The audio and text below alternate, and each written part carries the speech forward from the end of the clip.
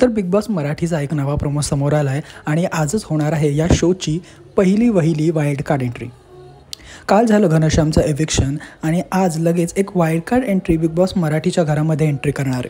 या प्रोमोमध्ये एक हट्टाकट्टा रांगडा गडी परफॉर्म करताना दिसतोय आणि या प्रोमोवरूनच आता अनेक अंदाज वर्तवले जात आहेत की नक्की हा कोणता कंटेस्टंट असेल. आणि यामध्येच एक नाव सातत्याने समोर येत आहे आणि ते म्हणजे संग्राम चौघुलेचं. संग्राम हा एक बॉडी बिल्डर असून तो कोल्हापूरचा आहे.